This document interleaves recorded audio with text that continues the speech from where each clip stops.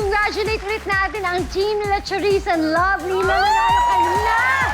Guys, ready na ba kayo manalo ng additional 100,000 pesos? Yes!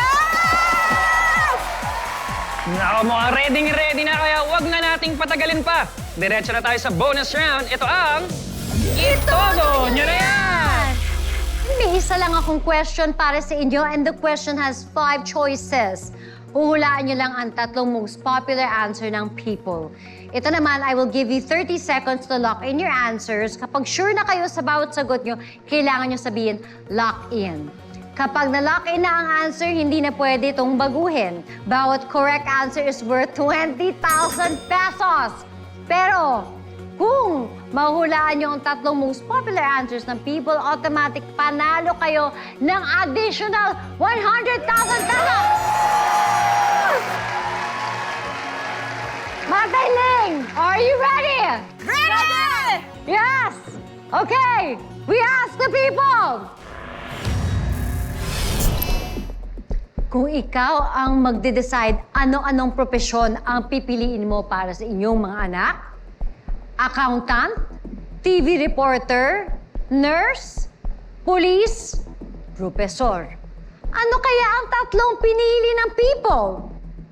Guys, your 30 seconds start now! Tandaan mo pag magulang gusto niya maging profesor ang anak. O sige, profesor!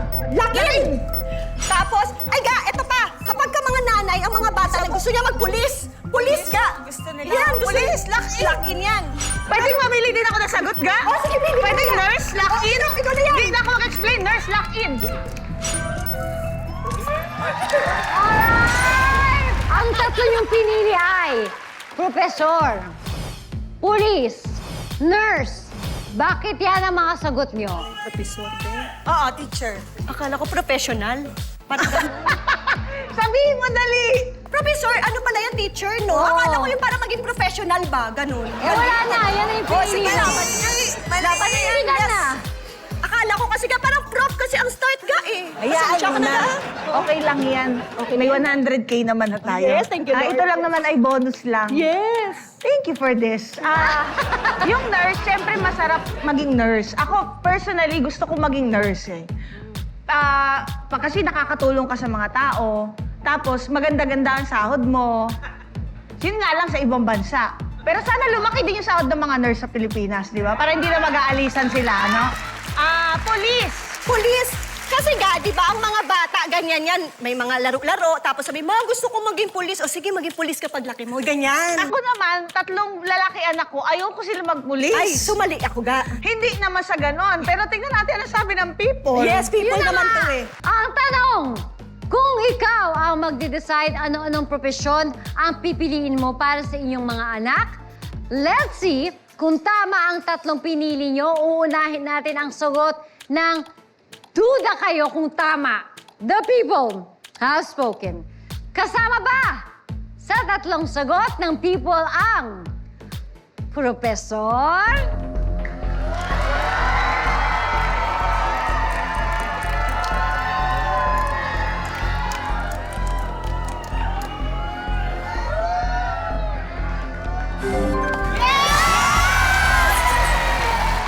Hoy! 1 down! 2 more to go! People! Kasama ba sa sagot nyo ang nurse?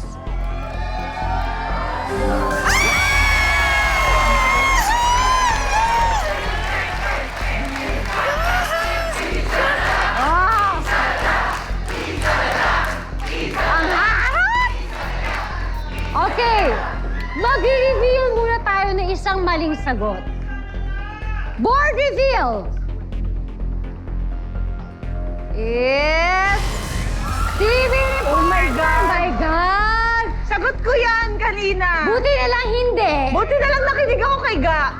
You only need 1 more correct answer para makuha nyo ang additional 100,000 pesos. Ladies, how do you feel muna? I feel nervous right now. Sure? Pero masaya na kami. Wow, may 2 pa tayong additional. May 40K na tayo additional. Ba? kung manalo pa kami ng isa pagsagot Grabe na tama. talaga. Thank you, Lord. Talaga. Yes, thank you. Deserve talaga namin. Okay! This is it!